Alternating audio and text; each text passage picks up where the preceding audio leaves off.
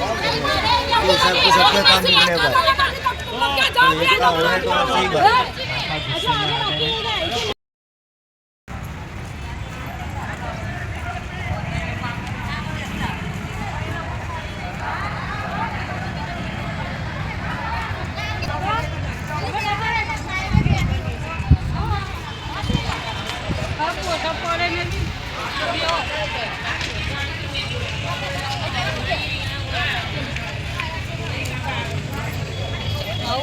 Court का एक चुकादा है 2024 का, और उसके अंदर तालाब के डेवलपमेंट के लिए और तालाब की जो वाटर बॉडी को सुरक्षित करने की जो बात को लेकर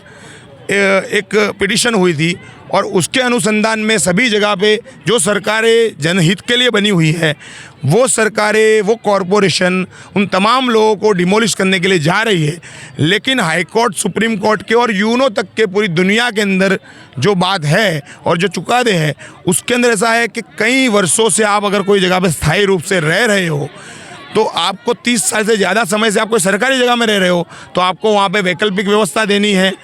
और 2010 का भी एक अहमदाबाद का चुकादा है, और अहमदाबाद के चुकादों के अनुसंधान 2010 के म्यूनसिपल कॉरपोरेशन के चुकादे के अंदर उन तमाम लोगों को वैकल्पिक व्यवस्था देनी है। लेकिन वो सारी चीज़ों को एक तरफ दरकिनार रख करके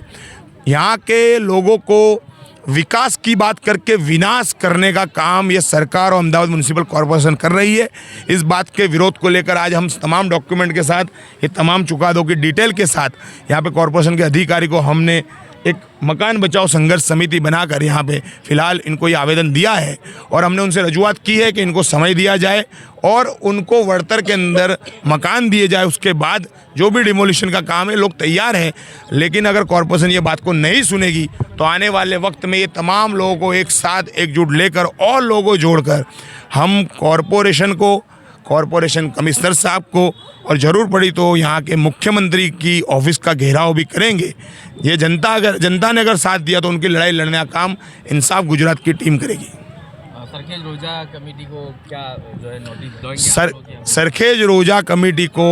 फ़िलहाल मैं यहाँ पे अधिकारी से मुलाकात करने के बाद उन्होंने नक्शे में बताया कि ये तालाब मलकानी तालाब है और जो राज्य सरकार ने उन्हें दिया है डेवलपमेंट करने के लिए, तो डेवलप करने के लिए, ब्यूटिफिकेशन के लिए सरकार ने ये उनको दिया है। तो हम सरखेज रोजा कमेटी को भी इस सिलसिले में हम आने वाले समय में अगर ये जो लोग चाहेंगे तो कोर्ट में जाएंगे तो सरखेज रोजा कमेटी को भी पार्टी बनाएंगे, हम अहमदाबाद म्यूनसिपल कॉरपोरेशन को भी पार्टी बनाएंगे और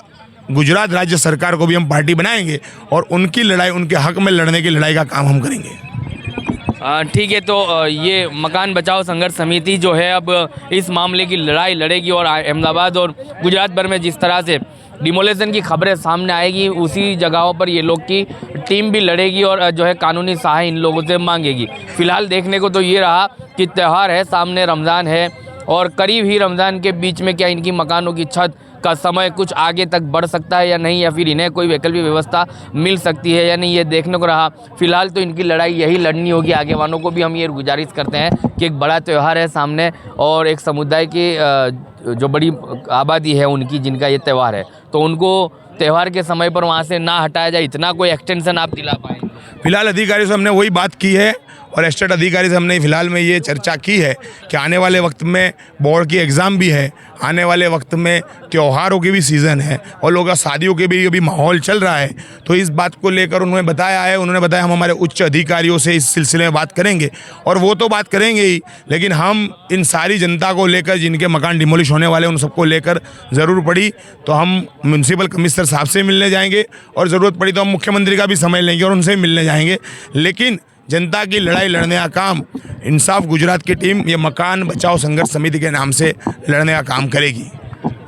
ठीक है, तो अब उन अधिकारियों को भी ये आह्वान किया जा रहा है कि आप अपने उच्च अधिकारियों से बात कर लीजिए, समय कम है, त्यौहार सामने है। यदि आपने अपने उच्च अधिकारियों से बात नहीं की तो फिर इनकी आवाज़ ऊंची होगी। अभी फ़िलहाल ये कम उनका जो है गुस्सा है, इसके आगे इनका गुस्सा बढ़ सकता है। आप वैकल्पिक व्यवस्था दें और इनको जो एक बड़े